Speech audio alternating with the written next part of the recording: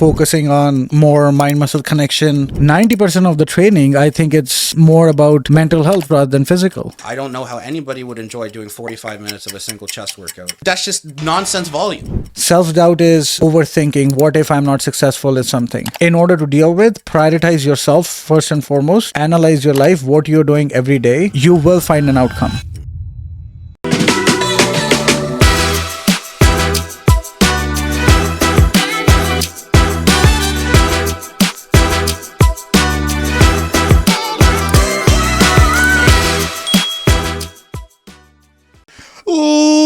Ladies and gentlemen, boys and girls, people of all ages, different species and races and planets and everything else in between. Welcome to a very special episode of the Start Yesterday podcast, episode to be determined. I am here for the first time ever in inception of this great podcast that pretty much nobody listens to, with the first time ever returning guest. Can you believe it? Someone actually is not sick of listening to me and having a recorded conversation. He is a legend in his own right. In my own world, he means a lot to me. He's a very special person, very kind heart. I call him Indian Hulk. His actual name's Nitish. He's an instrumental reason why I'm not dead. I think that's a good enough intro. Pretty solid. All right, cool. So, how's life? Life is pretty good, amazing. Life is amazing. That is, I disagree, but that's good. That's a good positive mental attitude to have. My dad always said PMA, not PMS. Shout out to Puffy Senior. But so I'm supposed to reintroduce you to the audience, which I think I just did. For those of you who don't know, Nitish is a very smart guy. He's a mobility specialist. He knows a lot about nutrition and training, and he also was my coach, and was pretty much. I mean, he says I give him too much credit, but like, okay, it's 50-50, but like, whatever. Like, he was a huge instrumental reason for my success / not dying. So that's cool.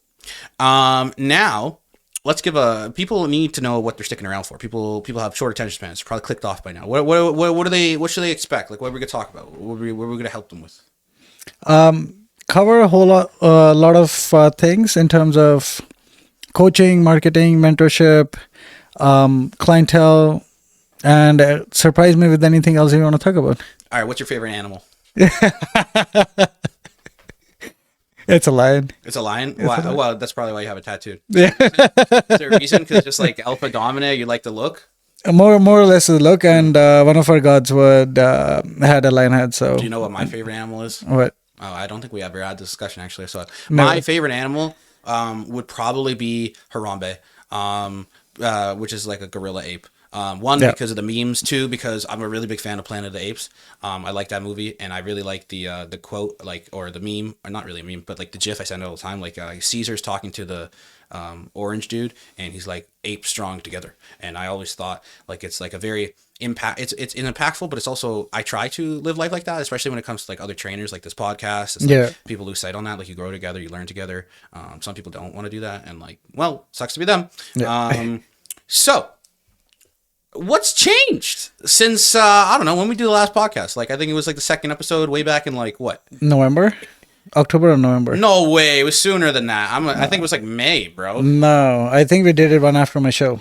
After your show. You were like, yeah, this was... No. Wait a minute. I did one after my show. I think we did sometime in summer. So, it came out in August of 2020. Yeah. In August 29th. But we recorded that in like July, I think. Yeah, I was in the middle of my prep. Yeah. You're wearing, and you know what's funny? We are both wearing the exact same shirt. Mine was, I think at that time it was blue, so I can't make sure that I'm not wearing the same color. Okay, I don't know. I can't tell the difference between black and blue. It's very similar. It's very similar, yes. This is a one of one original. Yeah, I don't like to flash brands other than my own, so I like plain tees. That's understandable. I mean, I should probably, I don't know. I don't really have any allegiance. I just like anything that says Puffy. Steelers, man. You're a Steelers guy. Yeah. So now, so what's changed since your coaching? Since the last pod? You know, you did the show. It's on the screen. I think you look pretty good, if I do say so myself. No homo. A lot has changed towards in my mindset. I think personally, I've evolved quite a bit as a person, but in terms of adding value to my clients and for business, I think my approach. The biggest thing that I've realized is my approach towards training has significantly changed. not only for my clients but only for myself too. Like highlighting, like before it was depending on what kind of clientele I'm looking for. Like let's say if I'm looking somebody for prep or even competitive powerlifting, so cardio was important. It has always been important, but understanding how it can impact on everyday basis the number of calories that you tend to burn and how quickly it adds up in your overall body composition. So I knew the importance of it before as well, but this just took it to maybe just reaffirmed it. That's what I would say. Yeah. But yeah, mobility work, I've especially like even being an athlete and working with powerlifters and even Gen Pop, 9 to 5 desk jockeys. So yeah, Yeah, because a lot of people have messed up mobility. yeah. So they usually have like people usually with desk jockeys usually come up with lower back pain and so on and so forth. Yeah, what are the most common like that people come to you with? Back and knee pain, man. Back, knee, and neck. Yeah. Yeah. Bad postures, folding legs, and feet up, tight ankles, you name it, and I've worked on it. And then, like, well, what are your suggestions for that? Like, I mean, obviously you do FST, right? But then, like, what else do you do, or like, what would you recommend for people? Well, I do a lot of myofascial work. Yeah. So that, and in terms of like, I introduce foam rolling to them as well, as a part of, because if they're sitting there every day for 8-9 hours, there's only so many times that somebody can come in. So for the maintenance work, I really suggest them or teach them how to do foam rolling, how to do band stretches using a band, and so on and so forth. And constant movement, man. Like whenever you get up to pee or grab a glass of water or maybe a cup of coffee, just do some movement, do some hip movement so that there's constant blood flow and the back pain goes away. Yeah, I think that's a great suggestion. A lot of people they get stiff, right? Yeah. And you need to lubricate your joints, right? It's like you're sitting for multiple hours in the day, you're just getting stiffer and stiffer. So like, I mean, you should have to get up every 3 hours at minimum to pee. If you're not, well then holy shit, drink more water. Then yeah. Like, oh my God, that's a whole other story. But then yeah, when you get up, like you go do some up and downies, or I don't know what I call them spine up and downs. You know, you go touch the floor, you go up. Up and down, yeah. Like, Dr. Gary showed me that. Shout out Dr. Gary. Nobody knows who Dr. Gary is, but he's his treatment saved my life too quite a bit. He's good. He's really good. I'm one of the rare chiropractors that are actually good. Yeah. Well, not that all are bad, but I think a lot of them, like some of them, get like their license at the bottom of a cereal box. You know, and then like they'll like, bro, man, some chiropractors like they'll like literally see. I don't understand this. People will go to a chiropractor for like a decade. Like, ask yourself, what? Why? Like, are you progressing? I mean, I understand if you're going for maintenance like once a month, but if you're going every week or 2 times a week for like a decade, then bro, there is no progression of that. Like, see, I don't get that. See, this is where I kind of explain to my clients a little bit more in detail why that happens. You can manipulate hard tissue as much as possible, right? But till the time the soft tissue is really tight and jammed up, or you're not moving, or the movement pattern isn't smooth, doesn't matter what kind of treatments you get, it's not going to be very effective. It won't have long lasting results. So if you're going to a chiropractor or any therapist, for example, but if you're not doing the maintenance work yourself, it's not, or the soft tissue is not taken care of, it's not going to get better. Things are not going to get better, man. That's understandable. Yeah. So then, like, is there any specific stretches? Are there any specific routines? I mean, obviously you do a lot of hands-on shit, but like, now some people, they're like not close to you. It depends on what the issue is. For lower back pain, I definitely suggest them do cat-cow.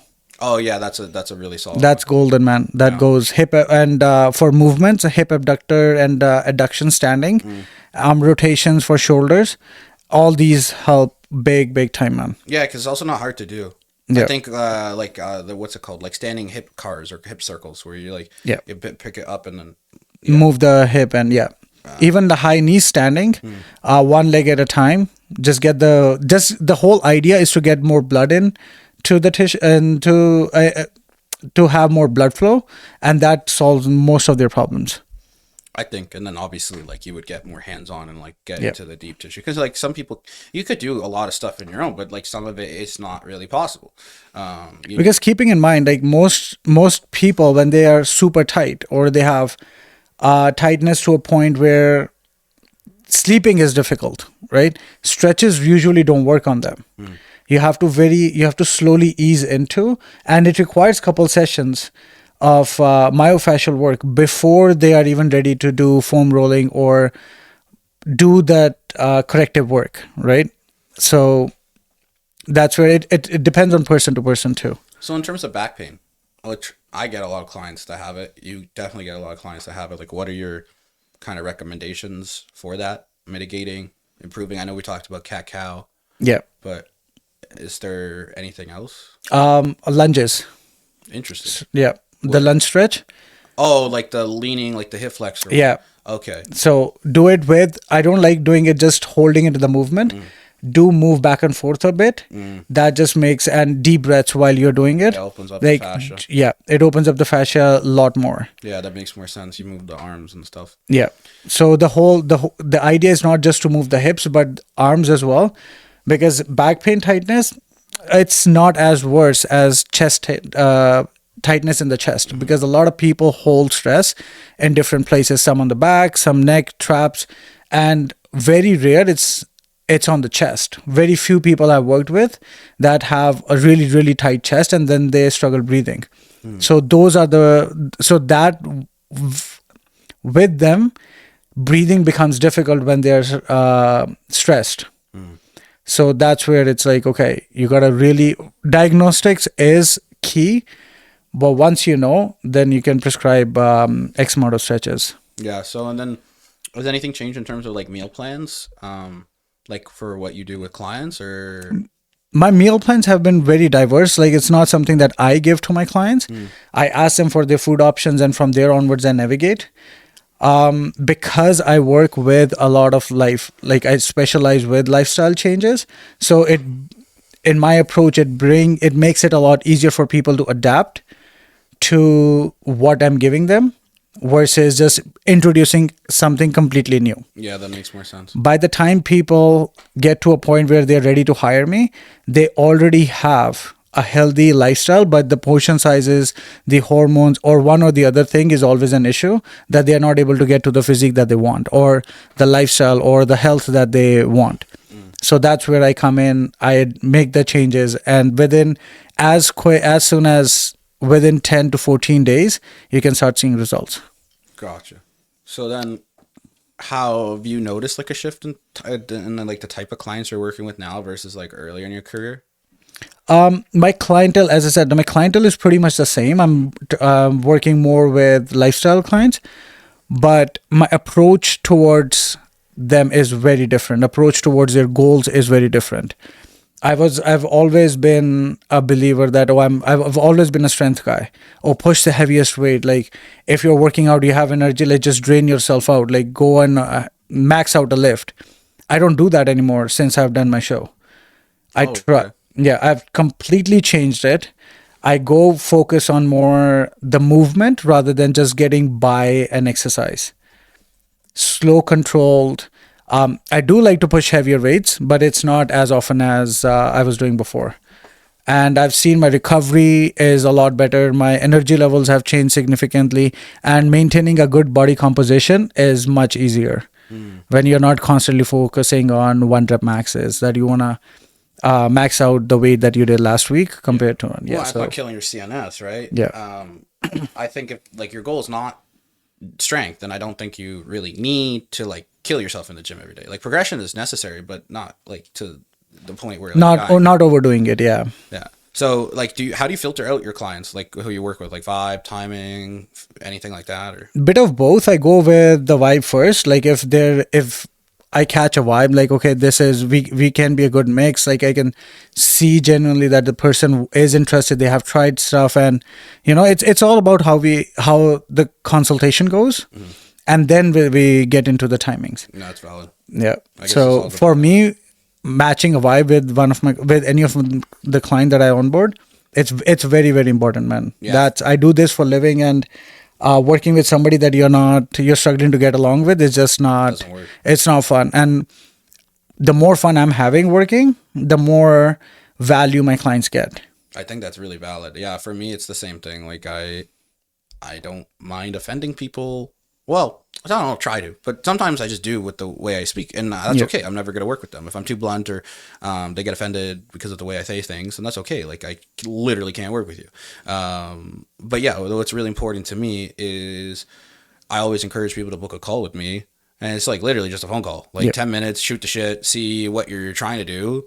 And if we vibe, because if we don't vibe, it's the same thing. I honestly take the same approach with dating now. I'm not going to go on a date with some chick just for the sake of it. Yep. I'm going to go and talk to her on the phone for like 20, 30, 40 minutes. I mean, I guess it depends on how the conversation goes. And if it doesn't go well, I'm not going to waste my time and energy, and I don't want to waste her time and energy and meet in person. So, I mean, I'm not going to take 30 minutes of someone and talk to them about their entire life on an original phone call, but we could pretty much tell like what their goals are if we vibe in a 10-minute conversation. Exactly. If we don't, like, that's fine. Like, there's other fish in the sea. I mean, most times I vibe with people, but the 15%, 10% of people that I don't, that's, I know Then exactly that's- who and they it's okay. are. Yeah. I could say it, but I don't need to. There's a specific demographic, gender and age that I do not vibe with, and that's okay. I don't want to work with them, honestly. Which is fine. Yeah. Like, Me I'm not too. opposed to them reaching out, but I mean, 9 times out of 10, when they do, and I get on a phone call with them, I tell them I am not a good fit. Because also, the first question that they typically ask is, "How much do you charge?" And why? Oh, is, that was a third thing I was coming down to, is the that payment structure. right? Why is that relevant? Well, I mean, I don't know how much you want to talk about that because, like, I'm kind of, it's not like a secret, but like my one of my least favorite things is like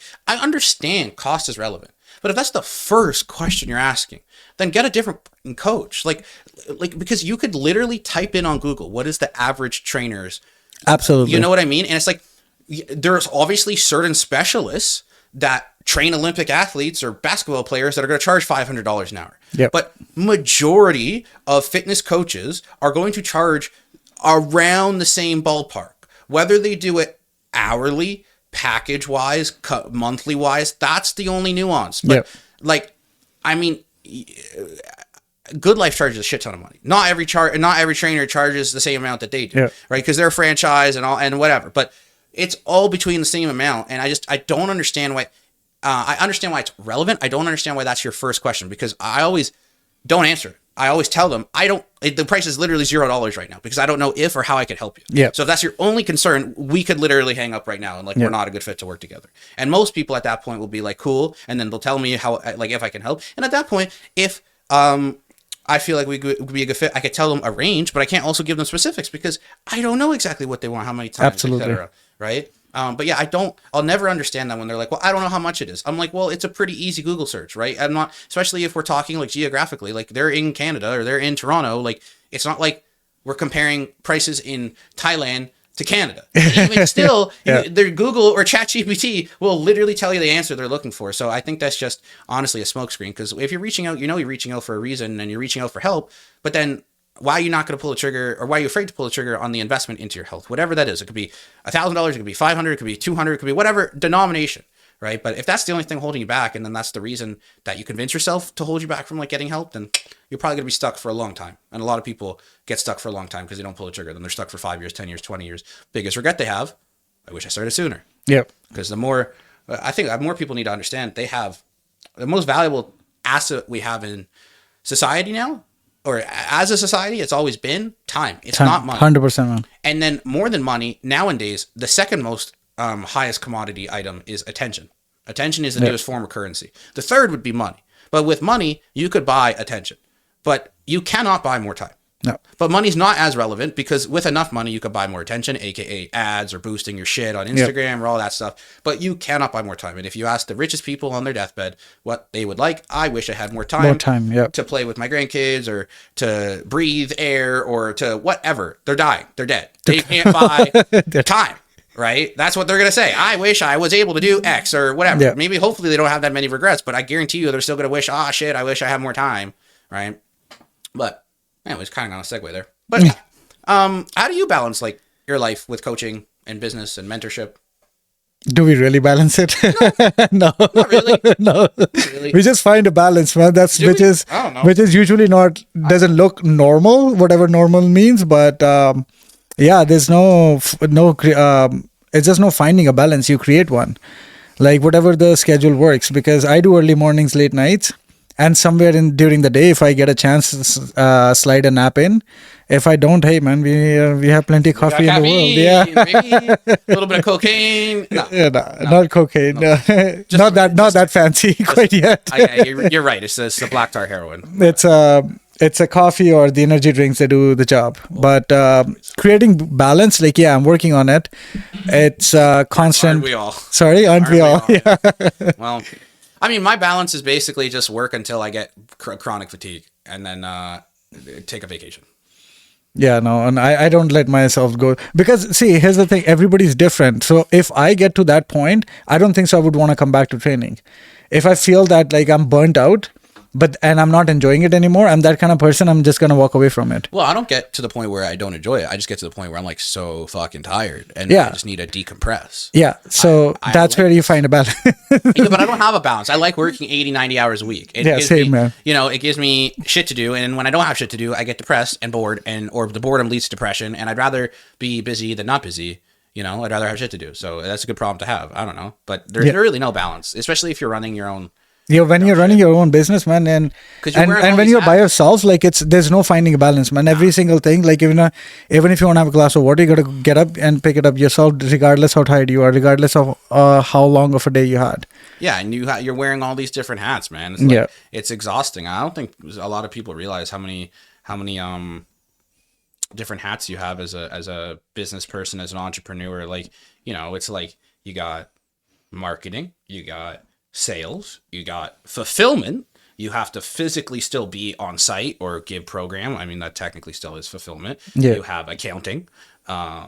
That's just 4, and all of those are super time consuming. But that's all from the back end. Like, let's talk about the front end. Like, when your clients come in after a long day to your gym, to your studio, or even online, and you already had yourself a long day or short night, and you have to stay motivated, you have to stay positive, and you can't, like, I try my best not to let my my fatigue or my low mood or low energy impact their workout or the conversations I have with them, because 90% of the training, I think it's more about mental health rather than physical. Because if somebody comes in a bad mood and they walk out in a bad mood, I don't think so they're gonna continue doing what they're doing for a prolonged period of time. So, do you have any advice to avoid burnout, or it's just like Schedule breaks, man. I don't even as much as I love training. There is one day that I 1.5, and if I feel the need for more, I take time off, man.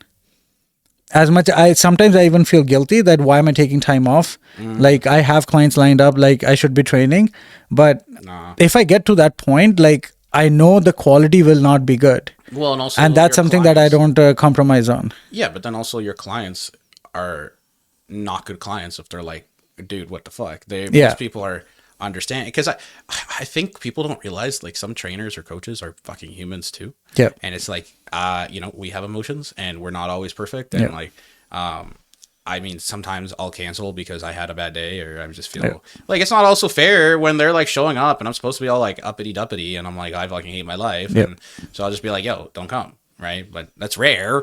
But yeah. It's rare happens, but it's still, there is a room for it to happen. So Yes. yeah. So What's been your biggest, well, it's really hard to say. What's been your biggest business challenge or challenges? oh my God, we're gonna get there. Okay. Oh my. Oh my God, that's a good song. Britney Spears and Black Eyed Peas. My biggest challenge in business, I think it's managing mobility clients. What does that mean? Like the myofascial work I do, it's about an hour. Okay. And that's draining, man. If I'm treating an athlete, it is not easy work. It's all manual. And if you have a busy day and you schedule one, man, that's gonna exhaust you. Right? So So that's, just like you get super tired from doing it. super tired, man. During my prep, I would only, if I'm training, let's say if I have the time that I was prepping, if I max I would do is like 2 mobility clients a day. That's it. Okay. And rest would be training clients. I would not want to schedule anybody else. Interesting. It's so exhausting. Understandable though. Yeah. It's very like what's the word? It's very exhausting. It's very time consuming. So okay, so what's your other biggest challenge when it comes to business? Other than mobility, I would say online coaching. What do you mean by that? Life is too busy managing in-person clients, so I haven't quite focused on my online coaching as much as I should have. So like you don't have enough, you want to get more, Yeah, or you can't. I don't have a structure for it. Like lead gen. Yeah, Well, for lead gens, most of my even in-person clients, it's referral. okay. And I do have online coaching clients, but I do online coach, but it's like having an app and other my clients have an access to the same app. It's much easier to create a workout and instructions. You don't need an app. What do you mean? What app? Like your own app? You don't need an app. I mean, it helps, but you don't need it. But like, okay, you kind of do need it in terms of it's helpful. Yeah, because like then you have everything in one place. You have the workouts, the meal plans, the check-ins, all that stuff. But that's not super hard to set up, bro. But that's what I'm saying. That's the challenge. I haven't done that. Oh, I haven't got to that point yet. You should get on that. Yeah, but there's ones that you can get that are like simpler than like the ones that I use. But I don't know. You can, because for you, more simple is better. Or yeah, like you don't. Need I like to keep fancy things shit. simple as possible. Yeah. Yeah, I think the one you should check out. I'll send it to you. It's called FitLog. I used to use that. It's a Canadian one, and it's much simpler. Fair enough. It's not a huge learning curve for you or the clients. It's really straightforward. Fair enough. But then It's just a matter of getting to it. But Haven't prioritized it, I should say. you should, because also from an economical standpoint, if you have a lead or a referral or whatever that are like able to do X a month and you can't accommodate that in person, then you still have the other option where it's online. Exactly. You can't sell them if it's not set up. Well, you can, but that's messed up. And then you're going to be all stressed out and all pressured because you have to fulfill, and it's like not ideal. See, it's funny that you said to sell them, but I don't remember since I've left corporate world, I've never made a sales pitch. I've never ever made a sales pitch. I ask them what their goals are. I tell them, I show them a blueprint, and that's about it. Yeah, but it's also a lot of your clients now are coming through referrals, so that's like you don't really have to. Yeah. It's like, But even when I didn't have them, like I've never ever used a sales pitch. Even when we were working together. But that's also different because I was, in essence, or me/my dad was a warm lead. He reached out. Yeah. So if all your inbound leads are warm, I'd have the same thing. Every inbound lead that are warm that show up to the call or the consult, it's a very high likelihood of conversion. And I don't have to do, like, I had someone reach out to me through Google last week. It was an objectionless close. Yeah. Because we built rapport. She reached out to me. But I would say 1 out of 50 for me is inbound versus outbound, where they're cold versus warm. Fair so enough. then there's a lot more, je ne sais quoi that I have to do. But if all yours is warm or even hot is if they're referral, bro, there's not much you need to do. But I get what you're saying. But but like if you're trying to expand and grow on the online aspect, you can't just have warm leads. There's some of them. I mean, don't take me wrong. Like I've run ads too. And I never throw a sales pitch. I tell them these are my packages. This is what I offer, and this is what I do. And do that in the DMs. Sorry, you tell them in the messages. Absolutely. Yeah, I wouldn't do that, bro. I go based on the chat. If somebody, because I'm not gonna I consider my time so precious that if I'm not getting good responses, I'm not gonna bother getting on a call. Even if it's a 15-minute call, I'm not gonna bother. What do you define as good responses? If you're taking 2 days to reply for a message, I'm not gonna reply. I'm not even gonna bother asking your number. What if it's the way you're asking the messages? It's a simple. Hey, what are your packages? Okay, what's your goal? And if they take 3 days to reply or 2 days to reply, it's not worth getting on a call. Well, some people are busy, but also, I mean, if that's the first question they're asking, then maybe it's your marketing and your messaging in the ads. Could be. Not could be, definitely. 1000%, because you're not triggering emotion or pain. How can you help the prospect? The first question they should ask you is, how can you help me? Or what are hey, thanks for reaching out. What are your goals? That's it. And then from there, if they instead don't answer that and they ask for your pricing, probably not a great lead. But anyone else, that's what I'm saying. Like different. Every lead is different. Yeah. After that conversation, if there is the reply starts getting slower, and the conversation flows, and the moment you're like, okay, the replies are getting slower, even if it's explaining, oh, I just want to lose weight. Yeah, and then you're Okay. like, And then even the conversation flows after, I've been thinking for so long, Yeah. like I've tried this. If there's nothing, and right after that there's a price, like, yeah, I'm very selective with my timing. Is it good business, bad business? But that's something that I do. Yeah, but if you're like 5 or 6 or whatever, even 10 messages in, and they're asking for price, you shouldn't give it to them because it's going to scare a lot of people away. What you could do instead is schedule a call or a consult, depending if they're in person or online. And then if you want to add more friction to qualify or filter out the leads because you're worried about them wasting your time, there's 2 options. You can then get them. Well, there's 3 options. You could book the call for them yourself. That mitigates most friction, which increases the likelihood. Like you just ask them for their phone number and email, and you schedule, hey, do you have this time or this time available? Okay, boom, talk to you tomorrow. Second option, you do the same thing, except you send them your calendar link. Yeah. And inside that calendar link, there's questions. I wouldn't give you that. I wouldn't put that many questions, but one of the questions you would ask is a financial question. Or a financial qualifier, and I wouldn't say specifics because I've tested this before, and everybody chooses the lowest option. They could be a millionaire. If you're asking, can you do $50 or $100 a week or 200 or 3, whatever the numbers is, there every single person could choose the lowest number. But what you could do is you could have 3 options where it's like, yes, I'm comfortable, or I can invest X to X per month. I can invest X to X per month, or I literally am not going to invest money into my health. Because if they don't click any 1 or 2 and they click 3, then cancel the call. Yeah. So that's option 2. And then option 3, if you're really worried about your time and it quote unquote being wasted, but you're never going to get leads and prospects because you have not built enough trust or rapport to do this, you can either put a paywall on your Calendly where people have to pay to talk to you, which I wouldn't recommend, or B, you could literally say, hey, typically for a consult or a call with me, it's X amount per dollars, and you literally just send them a fucking payment link, or your e-transfer. And yeah, but I wouldn't recommend literally any of that because you want to mitigate as much friction as possible. Fundamentally, it's not like you're trying to convince people, but some people need convincing.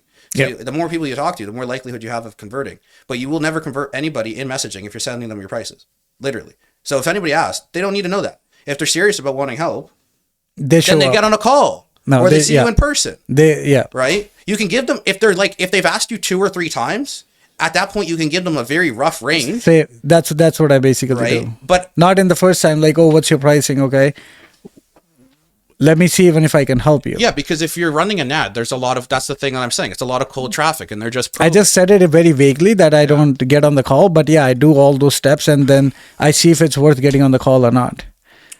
yeah, it's I mean, yeah, I've been doing it for 10 years. been doing been by myself since 2018. So yeah, I cut out those steps, and if I see that okay, somebody is actually interested, and I'm not bothered if I hop on a call, but I want to make sure that they have a value to take away from the Well, call. and they're also it's not serious. just that, oh, I cannot afford you. That's not something that I want them to learn from the call, but I want them to have some kind of value to even their health and fitness. The whole purpose of me getting on the call with them, that's how I look at it, is how can I add more value to their life if they're giving me their time, right? And after the call is done, like I want to make sure that they have learned something, even if it is about how the training structure works or what they are doing right or in their health and fitness routine that I can help with, or what needs to be done, or some kind of a takeaway that they can be like, okay, the call was fruitful. Yeah. So that's what I mean, like hopping on the call. Other way around, I'm very, very easily accessible. Like I get DMs all the time,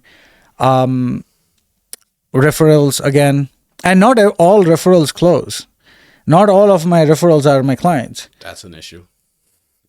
Sometimes distance is an issue, and some people Then just that's why you want, should have online. but some people just want in person, and they're like, oh, you're half an hour drive, right? So, but they only want in person, so that's okay, right? So not all referrals would be a good fit. So what are tips for fitness coaches that want to like scale their business? Have more in-person touch. What does that mean? Be more compassionate. Your business will grow by itself. What if you do that and it doesn't? Then you're missing on something, man. I don't know. You're definitely missing on Like, what's something. your LTV or like roughly like what's your retention on clients? Well, Nana's been with me for 4 years. Yeah, but that's different. Nana's my bare minimum is 9 Nana's months. my grandmother. Bare minimum is 9 I'd months. kill Nana if she stopped training with you. Nana would technically die if she stopped training with you. Let's not. But anyways, Bare minimum is 9 months. and like, how has your own training evolved over the last few years? Again, like I think after doing a show, it has drastically changed. As I said, like not aiming for PRs, just focusing on more mind muscle connection, targeting the muscle, like, not using super, going slow, generating a momentum, What's super? slow. Okay. So, yeah. Wait, I didn't go super. I was like, what does that mean? But yeah, okay. So it's like just pure time under tension, range. Time under tension, range of motion, yeah. Do any biomechanical shit? Or like, what's your current training splits programming style? Old school, man, 5 days. You see, you're not changing on that. Eh? Not changing on that, man. I love that split. Yeah. I'm not a push-pull guy.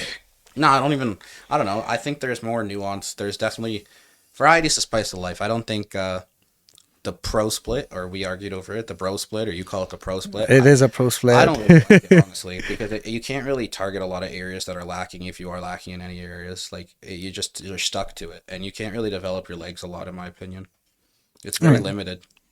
For the bro split, if for anybody doesn't know, I think it's chest, back, shoulders, legs. What's the fifth one? Arms. Oh, it doesn't have to be in that order. Oh. Pro split is basically you're hitting one muscle at a time. Like each time you work out. Yeah. So I've done multiple muscle groups at the same time, but again, my schedule and my routine allows me to perform better during the day if I hit one muscle at a time. I guess, yeah, but it's also like it's variable on yourself. Yeah. Like for me, like everybody's different, but like I don't understand when people go to the gym and just hit chest, because after about 6 sets of like proper chest, About 45 minutes, that's all it takes. no, but I'll get 6 sets done of chest in like 12 minutes, 15 minutes. I don't do like I'll do a push up, or I'll do some type of press loaded, and then I'll like either a push up or whatever, I do a dip and then a fly.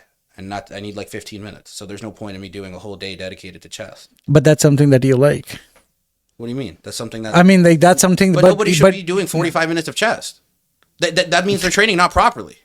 That's not true. Bro, how do you do 45 minutes of proper biomechanical chest work and a load? You can change the load in so many different ways. But then that's just nonsense volume. Instead of 45 minutes of one singular day of just doing chest, why wouldn't you break that up into 2, and then you're going to get more stimulant out of the muscle and grow more? 1,000% studies have proven that. You're getting more because your muscles are recovering and you're not doing basically garbage volume. Have you ever heard anything of German volume training? Yeah, I'm not a big believer in that. That's just So a complete overload. it's okay if you don't believe in certain things, but that doesn't make the mechanism or the whole program not worth it just because you don't believe in it.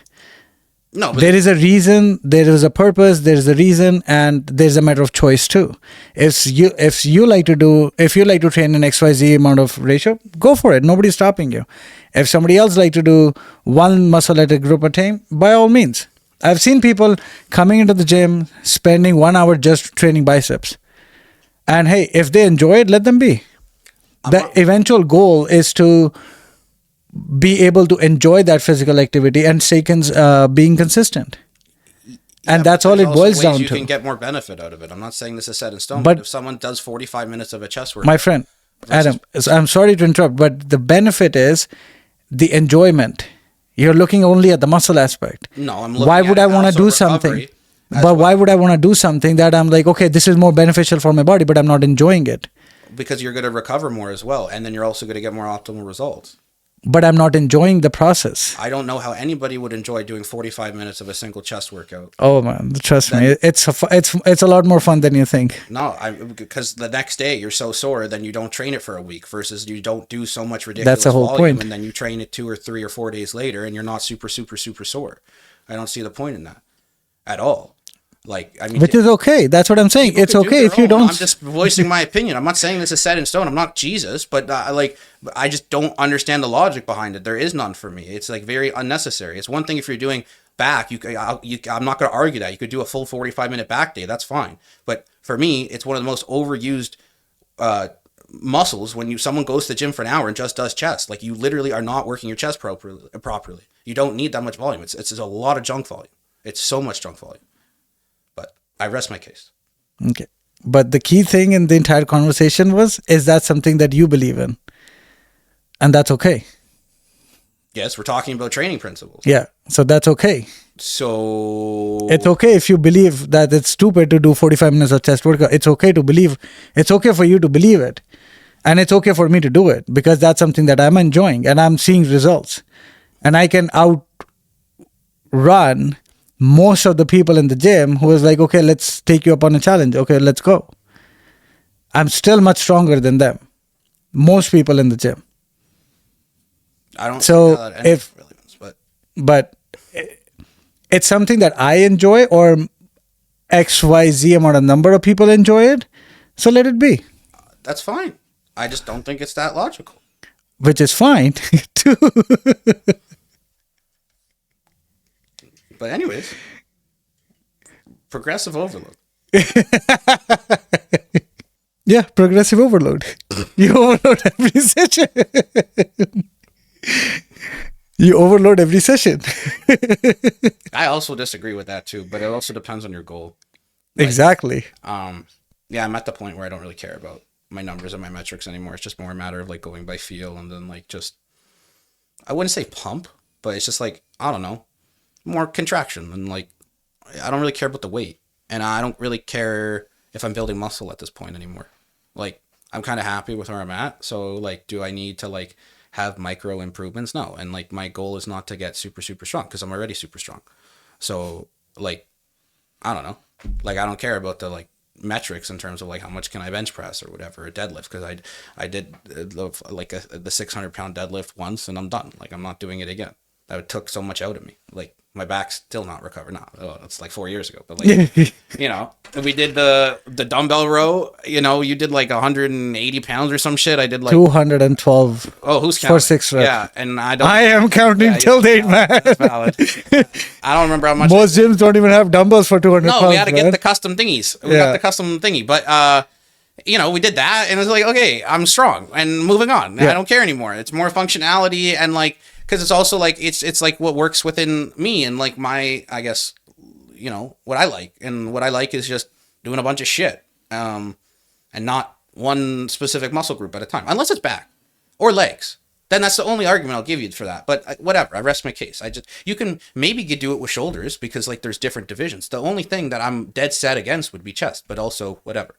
And arms, because you have covered You have covered the three just big. Combine chest and arms, and I'm a happy guy. That's all I'm saying. Just combine chest and arms, bro. Like, that's it. Like, it just I can't comprehend how someone would spend a full hour or 45 minutes just on chest, because if they do, unless they're powerlifting where they're taking a nap in between sets, it's just too much volume. It's way too much. Because I've tried to do it myself, and I guess maybe my body is different than others. But if I do 6 to 8 proper sets with load, with time under tension, with range of motion, with 1 or 2 presses and a fly, my shit's, or a press, a fly, and a dip, my shit is fried. I don't need to do more than that. I literally can't do more than that. So that's why I don't understand how other people do it, because in my opinion, they're not training hard enough in that 45-minute set or window. But that's only with chest. I'll leave it with that, because with back, you can, I'm not going to argue about that. With legs, Are you sure we're going to leave it at that? probably not, but whatever. It's been like 10 minutes already. We are stuck at 45-minute chest workout, man. Fuck, just don't do that. Just split it up or whatever. Okay, do whatever you want. But like, Thank you. Right there. Want, but like, Finally, conclusion. No, Hey, do whatever you want. But just, like, don't do that. Just do a push workout. Jeez, man. Get better benefits. Whatever. Okay, biomarkers. What do you do? Do you have a Whoop? Do you track it? Do you have I'm planning to get one, actually. Yeah, I bought one. I don't know how to charge it. They don't make it retard proof. Like, I tried to look it up on YouTube and shit, but I'm gonna figure it out. Yeah, it's very informational. Like, I've have my couple clients were on it. But yeah, it's very, very beneficial. Yeah. What do you look for biomarkers? Like, what do you track? Like, sleep. Obviously. Are you talking about me or about my clients? Well, you don't have a Whoopie, so you probably can't track it. But like for ideally you or other clients, like, what are the biometrics that you track or look for? First and foremost is just sleep, the quality of sleep, because that's gonna dictate their next day, how it's gonna look like, what their cortisol levels are, how far behind there on their sleep and so on and so forth. And then couple other things that I make sure of is their water and nutrition. It also gives you different training zones, so that helps. Depends on clients, on individual goals. So which heart rate, which zone I want to keep them in for a prolonged period of time. I do take most of my clients in about for weight loss. Like do take them for a brief period of time in zone 4 or 5, which is pretty high, but it's for a very short period of time. But usually training goes about from zone, I think they have zone 1, 2, and then 2, then 3 and 4. So mostly 3 and 4 and 5 and 6. Something around like somewhere in the middle. Well, what's the equivalent of that with like BPM? The highest zone is about 160, 70 or 80 plus.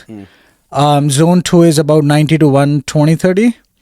And somewhere in between is like 130 to 150, 170 kind of thing. So then how do you take the metrics and then like improve it for the clients, or like how do you track it? It's mostly used for their sleep, honestly, because every person has their different stress levels, right? So, and every day is not the same. And keeping in mind, like I'm not training athletes. I'm training people who want a fit and healthy life.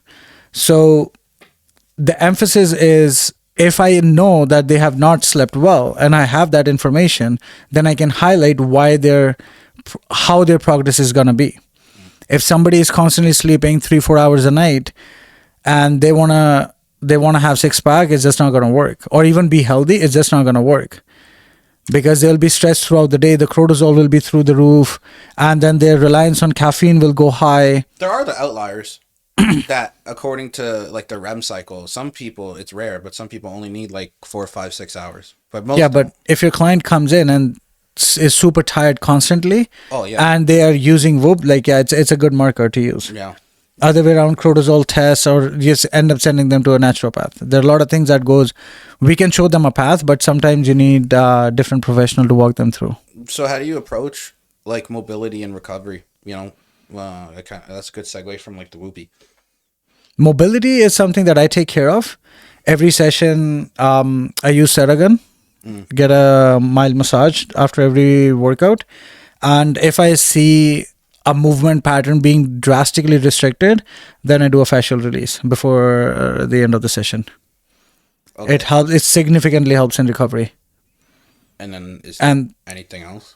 No, that's it depends on the consistency too. Again, teaching them foam rolling, band mobility work, stretches, the things that they can do. Again, person to person, but these are few things that I use. What about like water? Water, stress management, mobility, like doing before and after. If somebody is training by themselves at a gym, then teaching them what kind of mobility work they need to do before and after, and dynamic stretching or movement pattern stretchings and all of that stuff. I cover it. So how does stress like impact like people getting results, or I guess lack thereof? Oh, stress changes everything, man. Keeping in mind, like if your body is stressed, the first response of whatever nutrition you're eating, it's not going to go to your vital organs. And if you're in calorie deficit, then it's even worse. Stress really doesn't help. So if any of my client is in caloric deficit, I make sure that they're managing their stress and they are not relying on caffeine, alcohol, smoking, or pot, or anything around those lines, right? Prioritize the water and sleep first, and then we move on. Because the moment your stress levels in the body goes up, the entire energy produced goes to manage the stress, not towards your vital organs. And if you're in calorie deficit, then it's going to start showing very aggressively on your skin, hair, and nails than on anywhere else, than on your weight loss. So weight loss is one thing, but educating your clients that as much as we want to drop a few pounds off the scale, body composition is key as well. If you are in a highly stressed job, it's just not worth focusing on number on the scale. Let's focus on the habits first. The number will drop. Understandable. And with consistency, everything falls in place. So is there anything in terms of supplements that you recommend? Absolutely. My baseline is I recommend getting a blood work done before starting. So if somebody is not into it, they don't have a family doctor, or for any godly reason that they don't want to do it, my basic is vitamin D3, 5,000 IUs, and B complex 100. Interesting. Yeah, I think actually, well, And ashwagandha if they are stress, they are stressed. Yeah. anxiety. Yeah, I would just say, because from personal experience, like I hired a naturopath. You could have, and you could create, or not create, you could consume too much vitamin D. Granted, I was taking like 10,000 IU, so that definitely was too much. Yeah. So now we dropped it to 2. So I would say maybe start with a lower, like if you're not taking anything, maybe start lower and then take like 2 or 3,000, and then like check your blood test, go take 2 or 3,000, and then go back like 4 months, 6 months from now and do another blood test. Same thing with ashwagandha. She told me to cut it out because it was like kind of unnecessary, but granted, I was taking a lot of shit. But that's we are talking about your consistency, right? Here we are talking about somebody who's just getting started, or who may or may not have tried working with other trainers, or who has no clue what this is. So I'm not making it overwhelming for them. Even just starting with 5,000, and the moment you introduce alcohol, because most of my clients, they all have social lives. They do enjoy a drink every now and then. The moment alcohol hits your system, it flushes out most of the micronutrients, including vitamin C, D, and a lot of Bs. Well, I think most people should take NAC as well, NAC, because that helps with the liver. It also helps like prevent getting sick. Yeah, It's so a big one, and there's nothing wrong with that. Like, I don't think there's any side effects. I've been taking it for like years, and there's nothing wrong with it. yeah, liver support is always helpful, man. What are your thoughts on Ozempic? I think it has its own benefits, but the reliance shouldn't be, if somebody hops on Ozempic, it's use it as a stepping stone, but don't rely on it. Because not eating to drop weight is one thing, and aiming for a healthy, sustainable lifestyle is altogether a new story. If your weight is constantly going down and you're not eating, it's not probably healthy. I hate it, but I also hate the doctors that prescribe it. I actually don't. I actually support it. You support it? Why do you support a doctor prescribing Ozempic versus telling the fat person to walk? But you have to understand, like when somebody has put on, let's define fat. Like somebody, I'm talking about somebody who's 100 pounds overweight. Okay. I'm talking about someone who's 300 pounds. I think there's a difference between someone who's 500 pounds, 600 pounds, and 300 pounds. Okay. So let's talk about somebody who's 300 pounds. They Okay. should not 5'5", 300 pounds. They should not take Ozempic. They should go for a walk. So by the time somebody got up to 500 pounds, 300 pounds, there is a whole host of things that are involved, and it's just not move more. Right? There is a lot of mental issues, or there is, because you think they didn't have a mirror in the house that to know that they were overweight. There was something alarming, something in them changed, that they decided to hop on the journey of fitness. And How are they hopping on the journey of fitness here?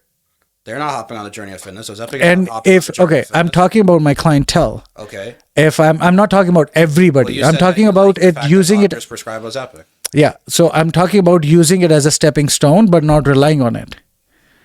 So if somebody is on a weight loss and they're constantly feeling hungry, you know that in order for someone to drop that weight, they need to be in calorie deficit. And if they cannot sustain it, and a mild dose of Ozempic helps them, then it's beneficial. And once their hormones balance out, they will be in a much better position to stick to a plan once they start seeing results. Okay, but if someone's not on a weight loss journey and someone who's 300 pounds goes to their doctor and the doctor tells them to go on Ozempic without going on a walk. That's between a doctor and a patient, not me. You're saying that you still agree with that? No. Because that's basically the question. You have to understand, like, weight loss journey is very different than what you're looking at it for me, right? I would understand, like, if they are on Ozempic and after weight loss they start feeling better and they're like, okay, you know what, I don't want to be on this for the rest of my life. I want to start taking steps to make myself better. And even those steps are walking the dog, or maybe just walking their street. I don't think there is anything wrong with it. I think. But if you're smashing a cheesecake on one side and then you're relying on Ozempic, I don't think so that's smart anyways either. No, but I think it's fundamentally setting someone up for failure. If someone walks Not necessarily. If someone walks into the doctor that's overweight, and the doctor, instead of asking them what their nutrition is like, what is their exercise routine is like, and just skips that and takes them and puts them on Ozempic, that's ridiculous. Okay. Have you ever had that conversation with the doctor? I don't need to have a conversation with a doctor because my GP was fat when I was fat. My GP was fucking fat. And I have clients that have GPs that are fat that are telling them to go on Ozempic when they should go on it themselves. But you don't know why they're putting weight on. I don't need to know why they need to put weight on. They need to go for a walk. It's that simple. Their doctor should tell them to go for a walk instead of telling them to jab a needle in their ass. The only caveat to this is if they're actually diabetic. As I said, the time that I agree with it was the scenario that I've explained. Yeah, with your clients. Yeah, but not even with my clients, but with anybody. Even if in 2018 when I met you, if you were to hop on Ozempic and like, yeah, now I'm starting weight loss, I would not have asked you, you're stupid, that you should come off it. It wouldn't have been. I would have encouraged you. It would have been my doctor to fucking tell me to do that. But I would have encouraged you. Okay, if this is your stepping stone, by all means. You lost first 50 pounds just on pizza and burgers. I don't think so. You remember that. McDonald's instead of 4 times, 3 times, which is a caloric deficit, right? But so now look at from my lens. I'm a trainer who's suggesting you can have McDonald's, but not as often. In the fitness world, who would you suggest this? What are you talking about? Like, you lost majority of the first 50 pounds, 50 or 60. I think it was all cutting down whatever you were eating. Yeah, we didn't change much. No, because I had the eating disorder. I didn't find Susan yet. Oh, yeah. That was a part of shit too. Yeah. Not the best example, but I don't think so. I would judge anybody if they are on Ozempic. I don't. As far as let me finish this. As far as they realize that this is not the end of the story. But they don't. I don't blame that is different. Then that is different. For getting prescribed it from their doctor. I have issue with the doctor prescribing it. I'm not saying this in blanket. I'm saying normal gen pop person who is overweight and been struggling for a decade with their weight and they're 50, 80, 100 to 150 pounds overweight. Instead of the doctor giving them a needle to jab in their ass and they should just tell them to go for a walk. It's that simple. And if the doctor just jumps straight to the Ozempic, I think that's the issue because it is not setting them up for success. It will help them temporarily. And I have data and clients that have been on Ozempic and they all regret it because it makes them feel like shit because they get nauseous and that's how it gets them to suppress their appetite. And then the second they stop it, majority of the weight's bounce back because they don't know how to achieve this shit naturally because their appetite's not suppressing anymore. So it's not setting them up for success. Short term, long term, I understand your analogy where it's getting their foot in the door. But it's really not because it's going to get their foot in the door. Then they're going to stop it and they're going to boomerang back and they're going to be back to square one, but more depressed because they tried it, they got success, and now they're fucked because they have nowhere to go. But I've had my clients on Ozempic. Well, we have different clients. They came off it and they're still doing pretty solid. Well, we have different clients because I've had clients that were on it. Then I've had my clients on PEDs. I've had my clients on Ozempic. I've had you name it. And I'm not saying everything under the sun. I'll take it back, but heroin. Yeah, that's a great weight loss for breakfast. That's a great weight loss hack. First thing, you know what? Fuck it. Doctors should prescribe heroin. Hey, you never know, man. A little bit of heroin and cocaine. Next thing you know, there's a lineup at shoppers. I mean, look, weed's legal. I think it's a matter of time cocaine gets legal. Then everybody just takes a line. Who said it's not legal? Cocaine's not legal. Have you been to BC? BC is legal, not Toronto. Yeah, well, it's still legal somewhere in Canada. BC is a shithole. Every drug is legal. Yeah. That's a whole other story. Speaking of drugs, how's your mental health? Like, how do you manage or maintain it? You realize we spoke on for 10 minutes about 45 minutes of chess. Do we really want to talk about mental health? I don't know. You know what? Honestly, it might be. Look, not every guest is going to agree and have the same opinion. Like this. Oh, geez. It's an open-ended discussion. We have differences of opinions. We surely do. I don't think there's anything wrong with that because we have different perspectives. Oh god, you are like the more like broad, empathetic overview. I'm like, no, fuck that because I lost 150 pounds. So it's different. You're hilarious. But fundamentally, it's still coming from the same place, just different knowledge and different people and level of stubbornness. But that's definitely. Okay. So, and mental health, like heroin or? Nah, I stick with coffee. Haven't made it to a heroin. No, I take 15 minutes in the beginning of the day and 15 towards the end of the day to reflect. First, in the morning, it's mostly to reflect how my day is going to go. And if there is an adversity, obstacle, how am I going to deal with it? And towards the end of the day, it's 15 minutes just to reflect on how my day went and whatever I did. Is there a way that I can do it better? How do you do this reflecting? You just stare at a window. You stare at yourself. No, just lie in bed. Okay. Yeah. Lie in bed. That's the most relaxed. I want the body to be relaxed and then think about it. I don't do that. I wake up and I have this thing that my naturopath told me to buy. It's like the happy light. It's like it's basically like to replicate the sun. So that helps wake me up because it's like this incredibly bright light and it's really annoying. So I do that. I don't stare directly at it. It was funny. The first day, I thought that's what she wanted me to do. Like just to stare. Like imagine like staring at that light for like 15 minutes. She's like, "How are you not blind?" I was like, "My eyes hurt, bro." She's like, "No, you just put it. I'm supposed to like put it here or whatever. You put it on your desk." So that's what I do in the morning. And then like actually segue. Fuck your morning routine. You don't need a fancy morning routine. Everybody thinks like all these millionaires, all these. I think it's overrated. It's so overrated, man. Find whatever morning routine works for you. My morning routine consists of doing the happy light, checking my phone, which I really shouldn't, but I need to stay in bed for 15 minutes for this fucking happy light. I brush my teeth, I walk my dog, and then I take a shit. And then I walk, and then I do like 10,000 steps on my treadmill while I work for 2 hours. And that's my morning routine. And then I eat. And then sometimes I'll work out and sometimes I won't because I don't really care if I work out or not. I'll work out like twice a week and then I'll do jujitsu. So whatever works. You don't have to have this fancy schmancy thing. You don't need to meditate and all this, but you should actually at night meditate and like journal and like decompress. I like that. I sometimes do it. I suck at it, but it's okay. I do my best and that's all you can do. Namaste. So how do you have a work-life balance? Do you have a work-life balance? Nah, you created one. I don't. I literally sometimes go to my friend's house and I bring my computer and they're like, "Dude, why are you still working?" And I was like, "Cause I got shit to do." No, that's something that I would not do. I would do it. No. I still want to be like, in like. See, that's where we're talking about the burnout. That's where that shit happens. Yeah, but it's like, I got shit to do. Yeah, you always have shit to do, man. Even if you're gone, there's always shit to do. Even when I'm gone, what do you mean? Gone where? Oh, like dead? No, I'm dead. Yeah, but there's still shit to do. No, I'm dead. I don't got shit to do. I'm dead. Yeah, but everybody has shit to do. Yeah, but so it never stops.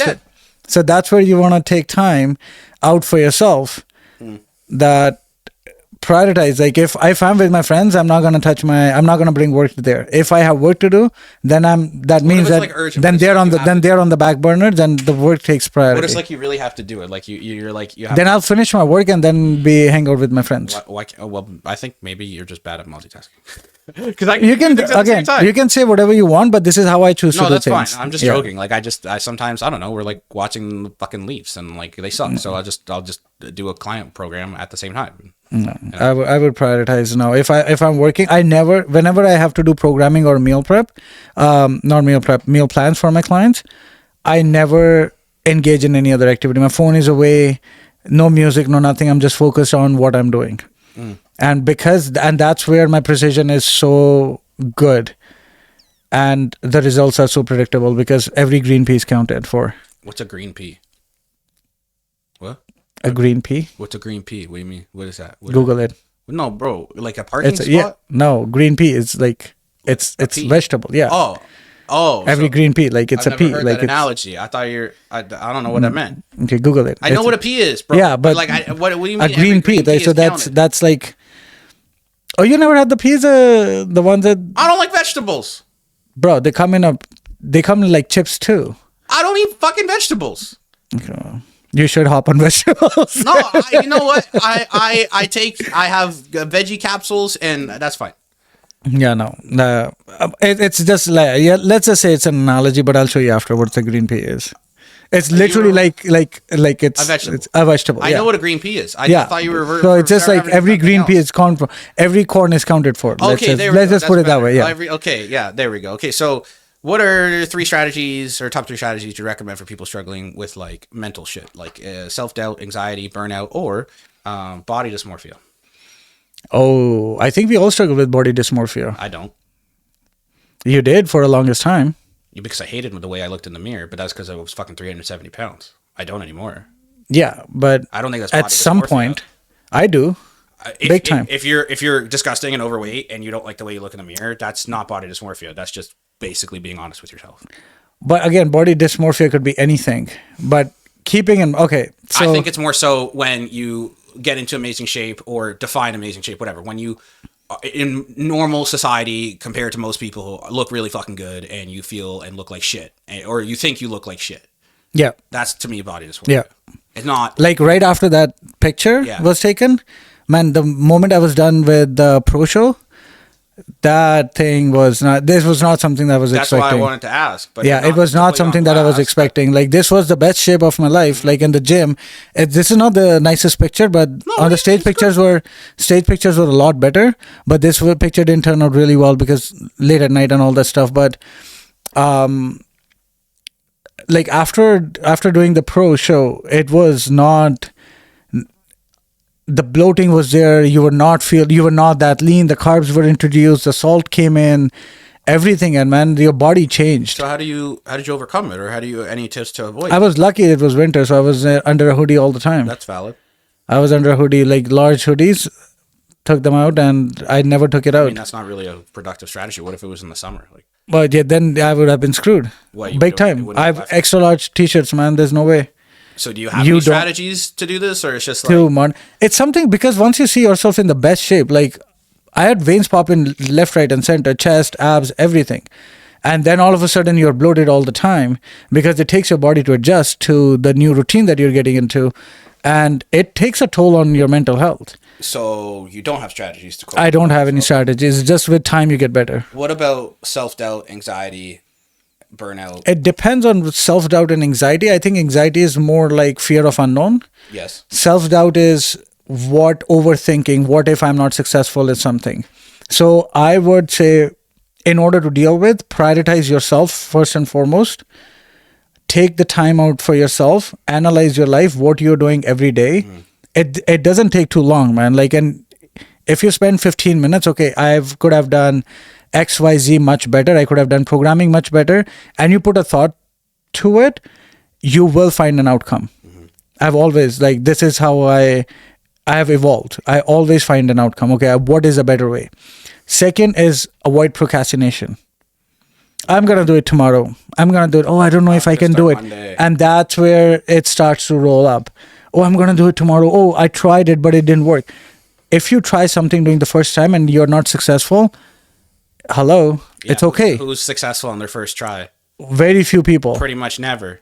right? So, The only time that happens when someone's successful on the first try is because they failed from others' attempts. exactly. Nobody's So successful on the don't doubt yourself and avoid procrastination, because the more you avoid, the more the fear builds up of what can happen, how things can go wrong, so on and so forth. That's valid. And third, I would say schedule events. Don't, oh yeah, I'm just going to do it at 5 p.m. I'm just going to clean my room at Time 5. blocking. Yeah. Yeah. I'm going to clean my room at 5. If you said that you're going to clean your room at 5, do it at 5. Otherwise, you delay Right? it, and then it doesn't. Other way around, you delay it, and then you're not sticking to what you have planned. Yeah. Right? And even if it's napping, if you schedule a nap time during the day, don't allocate that time to something different, which depends on the priority at the time. But if it can be done later on, postpone it.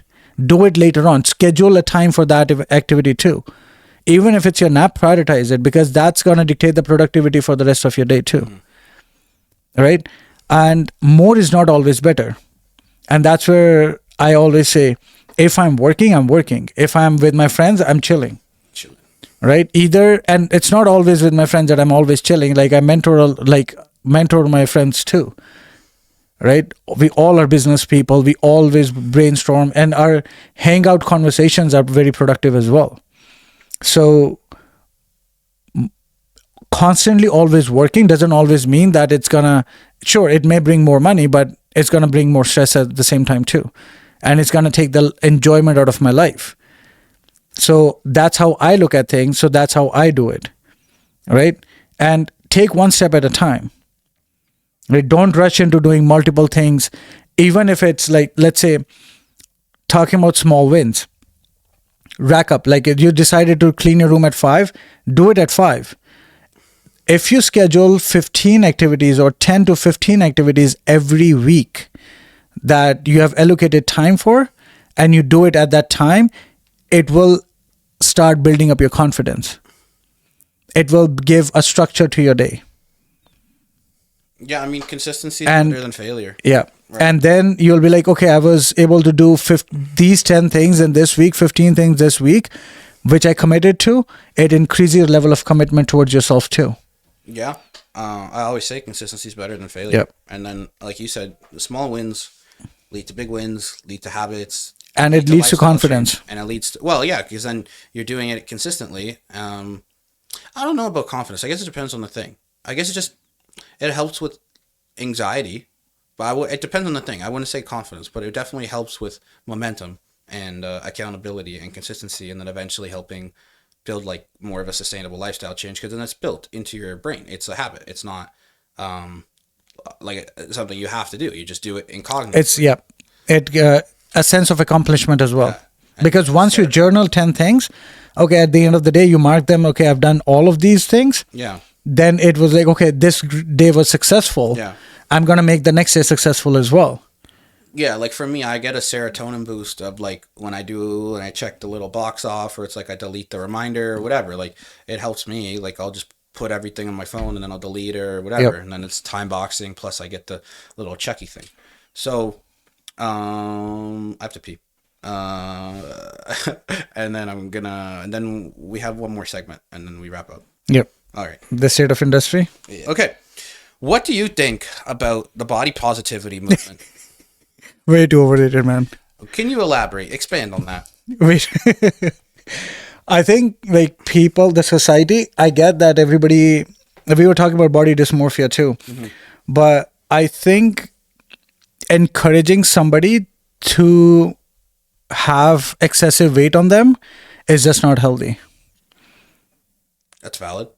I think it's just like even the bodybuilders, like the guys at the gym, the biggest guy, you ask me or ask them, like they always, oh yeah, I can be better than this. Or I look at anybody you talk to who are constantly working on themselves, they want to get better, right?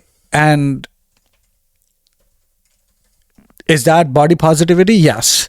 Or somebody like, oh, you're a gym rat, that's why you're so fit. Even as a trainer, you get, oh, it's so easy for you to stay fit because this is what you do. Okay, well, you're an engineer. How many companies do you own? You do programming every day. How many programs have you created under your name? Right? So it's not that we are trainers that it's much easier. It's something that we enjoy, we preach, and we walk the talk. I think people are psychologically damaged. I think I'm not gonna get there, but no, I don't. I think I said it in a very subtle way. I'm just hey man.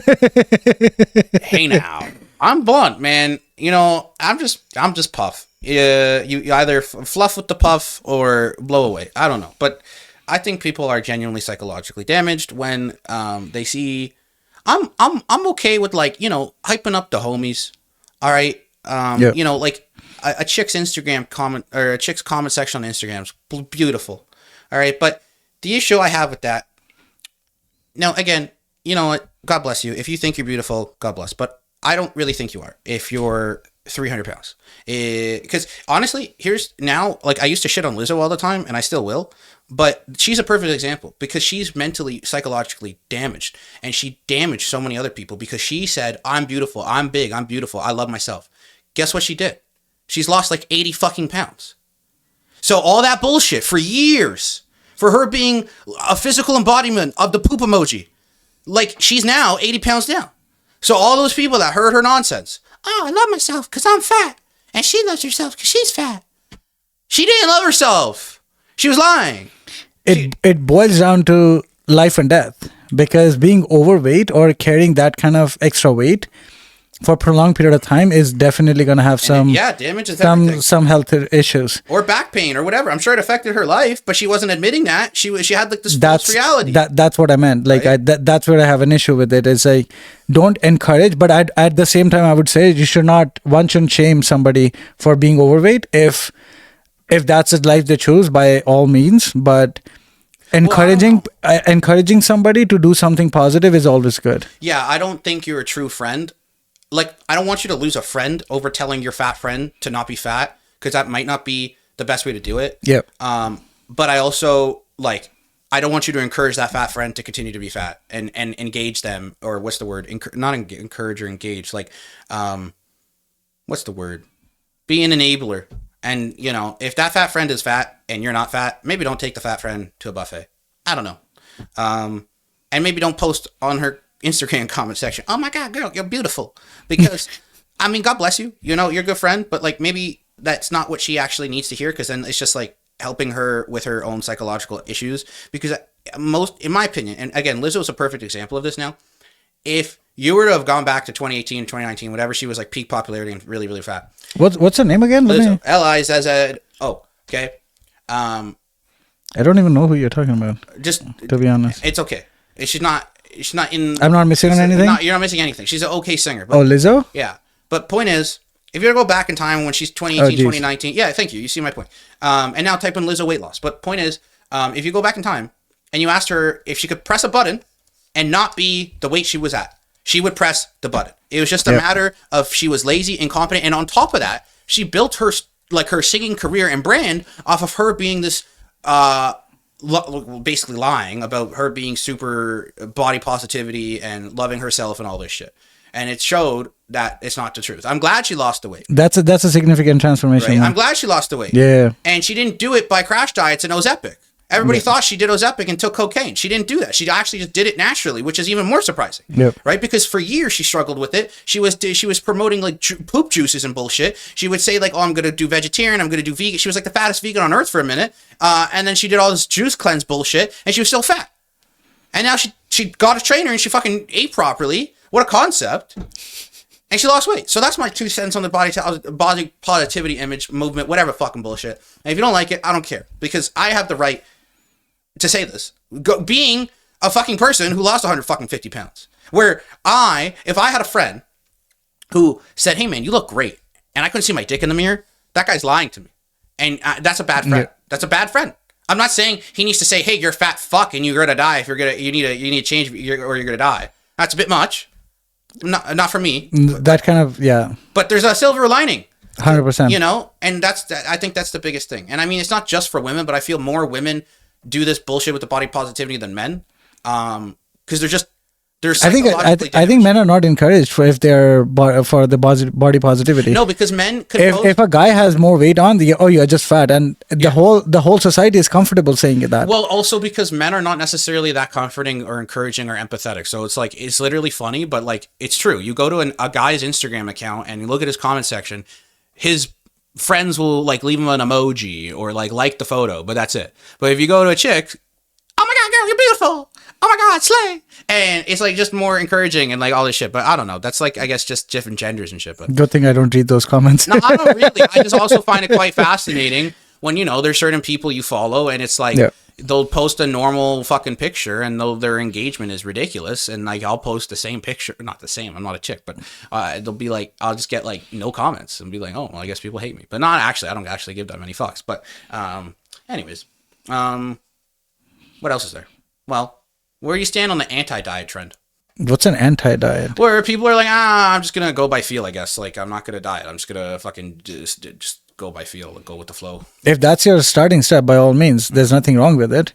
But you got to be more mindful of what you're eating, how much you're eating. And because eventually it all boils down to why are you just hopping on a diet? Yeah, I think... Right? So if your goal is to, okay, I want to reevaluate my fitness, different story. But if you're like, yeah, from frozen food, I'm now eating more greens, vegetables, I'm eating more, not as much as processed food as I was before. Yeah, sure. That's a good way to start. But it all boils down to what their goal is. Yeah, I think it's just a matter of being consistent no matter what you do. Yeah. But I mean, a diet, whatever weight you're at, diets typically don't work because the second you stop it, most, if not all of the weight's going to bounce back because you're not building sustainable habits. So that's why I never address my nutrition program as a diet plan or a meal plan. I've used that word a couple times before, but with my clients, I always say a nutrition program.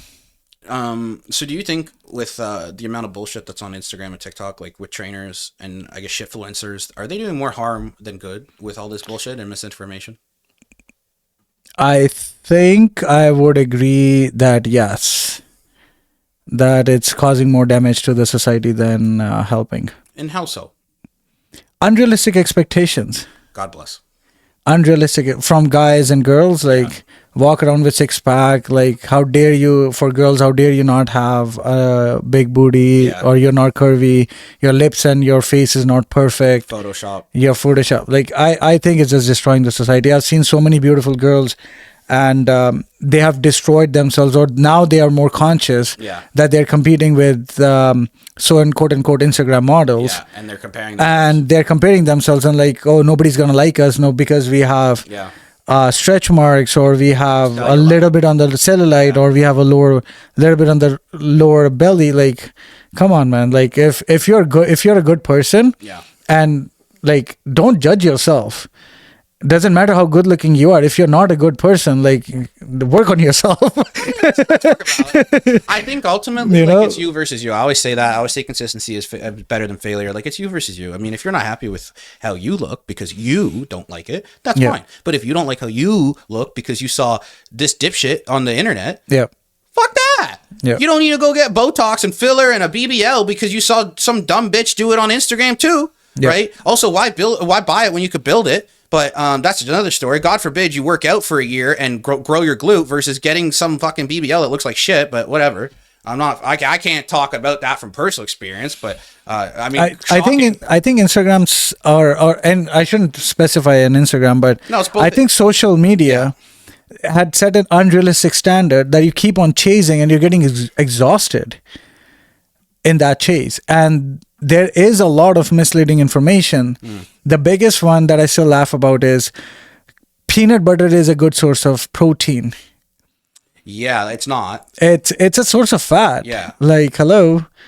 But it's just unrealistic. But at the same time, there are really good influencers that I follow that provide real life tools, exercises, programs, stretches, mobility. Man, like, it's life changing for some.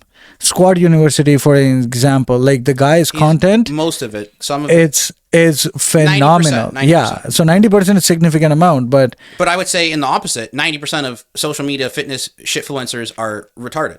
Or no, okay, not retarded. Very stupid but and uneducated. they are not encouraging a good behavior in the society. But yeah, there are few that are doing a phenomenal job, and some for exposing Yeah, like Goob. Goop. Yeah, so I love that guy, man. Like, his Because he just, for anybody who doesn't know, he just exposes a bunch of shitfluencers. And when I say shitfluencers, I mean that in the term influencers, I don't like it. And they're basically full of shit. So that's why I call it shitfluencer. But they do a lot of photoshopping, and then they claim they don't. Or they'll sell coaching programs based off of this misconceived notion or this fake photoshopped version that they're putting themselves on the internet. Yeah. They'll tell these people, hey, if you want to look like this, which is bullshit, buy this bullshit. And then they'll just call it out. yep. That's good. That's That's I think we need more of that too. Yeah. But you know what's fucked up about I society? think Joe Swole started that too. A little bit. He's more like, hey, don't be a dick in the gym. In the gym, yeah. But you know what's fucked up about Goob in society, or especially like the meta platforms? He literally got shadow banned because people say that he's bullying and harassing people. No, that's well, not all bullying, he's no. doing is calling people out. Yeah. And then people have the audacity to threaten like lawsuits against him. It's not defamation when he's literally saying accurate information. Yep. Where he could literally prove the original image did not have a crooked tile. Yeah. And the one that you The walls bending towards your. you're not Magneto. Like, you're not a superhero. Shit don't bend. What the fuck? Like, Yeah. but shout out Goob. I love you, dude. I would like to shake his hand. There's not many people, like, I'm not going to stand in line at an expo for 3 hours to shake his hand. But if I saw him in the street, I'd be like, yo, I appreciate you. I'd shake his hand. I'd give him a fist bump. And there's not many people I would do that for because I don't really care. Him and Joey. I like Joey. I like Joey more than yeah. Joey. But Joey seems like just a more good guy. Like, Yeah. you know, not that Goob doesn't look like a good guy, but like, I don't know. Joey just looks. I think he's more on the bodybuilding look, but Goob is like, okay, yeah, I'm a fitness guy. But yeah, and it's funny because people judge a book by its cover. Goob's been coaching for like a decade. Yeah. He does not. I wouldn't say he's in bad shape by any means, but people think he's fat. He can bench press like 4 plates. Yo, he can walk with that barbell. Literally. Like, he bench pressed and then he got up and he squatted the same plate too. Yeah. At the same time. So getting up holding 3 plates on your chest, like, that's not easy, He's man. fucking strong. Yeah. So he did it so easily. So what's a fitness myth that you're tired of hearing? Peanut butter is protein. Other than that, I mean, yeah, that's a good one. That's a good one. I don't think that'll ever die, though, bro. I don't know who came up with it, but I don't know that'll Hey, ever man, die. I have videos on my page saying that it's not a protein. I don't know if it'll ever die. I saw you posted that in like 2018. It's still there. It's still up there, yeah, man. I've refreshed it a couple times too. It's still up there. Yeah. My biggest one that I get is from most people is when I tell them that they don't need to buy a protein powder. What do you mean? Like for their fitness journey. Like if I start most of my clients on whole foods and work around if they have any food allergies. Protein powder is not my first go-to. Okay. What if people lack in that department? Like then. Only then. Yeah. But the myth. So the myth is that okay, if you are only consuming whole foods, you can still have a great physique. Oh, absolutely. Are you gonna have the same? So it's a myth. Oh, okay. Yeah, no, you would get a better physique in my opinion. But so that's what I'm saying. It's a change. If you want a palate change, sure. Then you mix up your food. Then you can do so many different things with protein powders, right? You can make desserts. You can smoothie shakes, name and so on and so forth. The second one is creatine is a steroid. It is. Well, my mom says it is. My mom says it is. It's gotta be, right? Yeah, you're not nerdy anymore. I stick it in my ass with a needle. Oh man, I laugh about it. Yeah, man. creatine is definitely a steroid. No, it's not. It's a myth. Anybody that thinks otherwise is dumb. But whatever. Like, it's funny because it's like a kind of like an ongoing gag and like a meme for the gym society. But nah, your mom's wrong. Okay, like it's not going to stunt growth. You literally have creatine in your body. Absolutely, just a different type of it. But yeah, it's like you're for your energy systems to work, you need creatine, man. Yeah, it's not a bad problem to have. That's So, all it does. Yeah. I guess the last question before we wrap up, considering the scary advancement of technology and AI, how do you see the future of personal training evolving? I think AI will help with providing more genuine and adequate information versus just going on random links in terms of fitness, health and fitness. Whereas I think the downside is that the lack of human interaction because of it.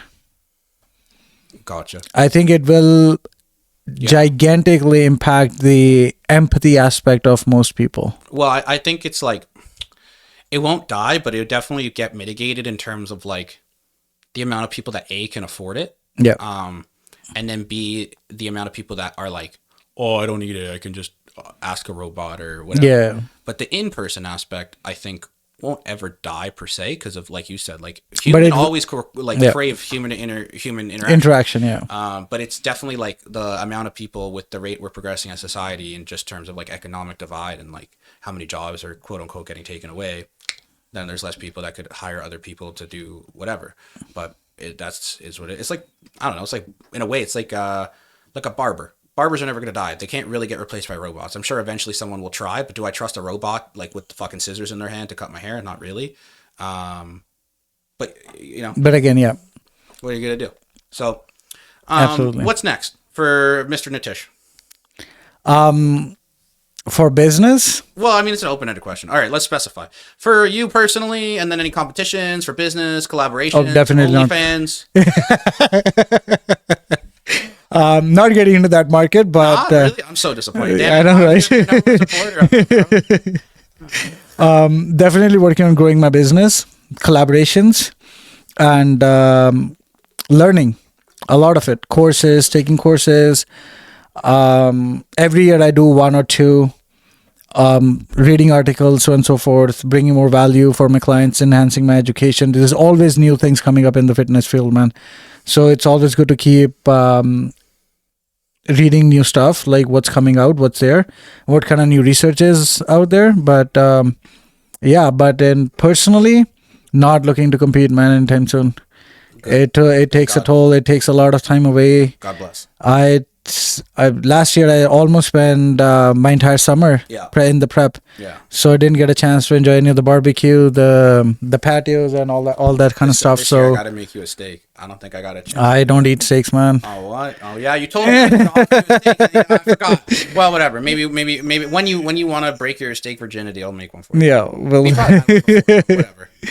but not a steak guy. But yeah, that's something that I'm working on. Make you a burger, but burgers I can't make that good. Honestly, burgers are better buying it at a place that are good in burgers. But It's all whatever. good. Now I want a burger, but we're going. I for don't feel sushi that I'm tomorrow. missing on anything. I'm okay with sushi too. Yeah, we're going for sushi tomorrow. Anyways, last question: if you could go back to when I met you, I believe it was 2018. 2018, yeah. And tell that person, because we both grown a significant amount, obviously in different ways. Yep. But you know, what would you tell 2018 version of you? What would you tell Indian Hulk, Nitish? What would it be?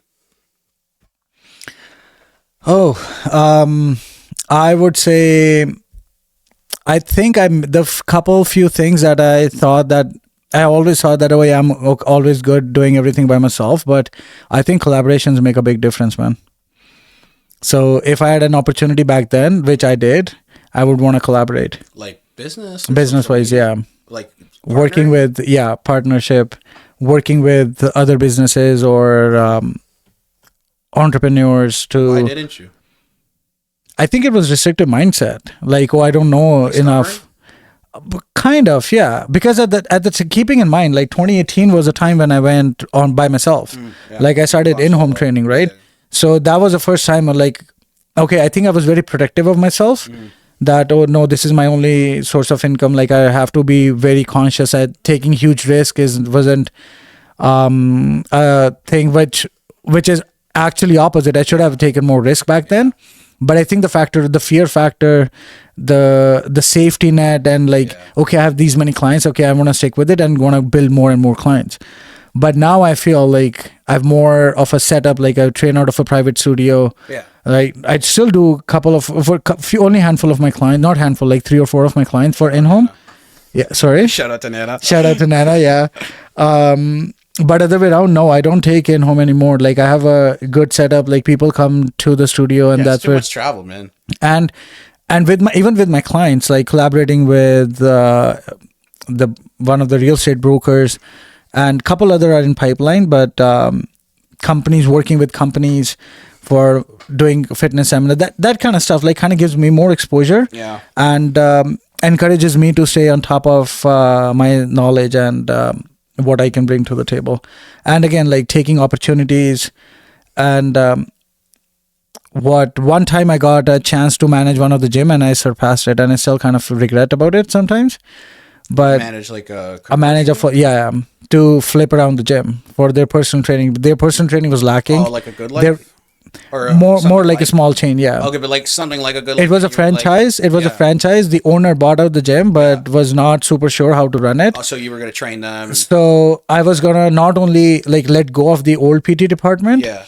and then hire everybody new, but I think I should have taken the opportunity, even if, but he was not the compensation wasn't good enough for me to but you would have hop learned on so it. much from that. Yeah, that's what I sometimes think, then you that could I have should built have taken that, even the compensation wasn't what I was expecting or asking for. But that's what I think I should have. Because I have a buddy, his name's Justin. He's doing basically that. Yeah. He got an opportunity, and last week I went to see him. It's kind of funny, not to throw shade. There's a lot of things he doesn't know, but I commend him because he then reaches out to someone who knows stuff, and knows a lot of like automation and systems. So we talked for like 4 hours on what to do, because he has the hardest thing down, which is sales. Yeah. Right? He's really good at that. He does high ticket all the time, but he's terrible at marketing. He's terrible at automation systems, CRMs. And that's where you can reach out to people you know, or professionals who are good at it.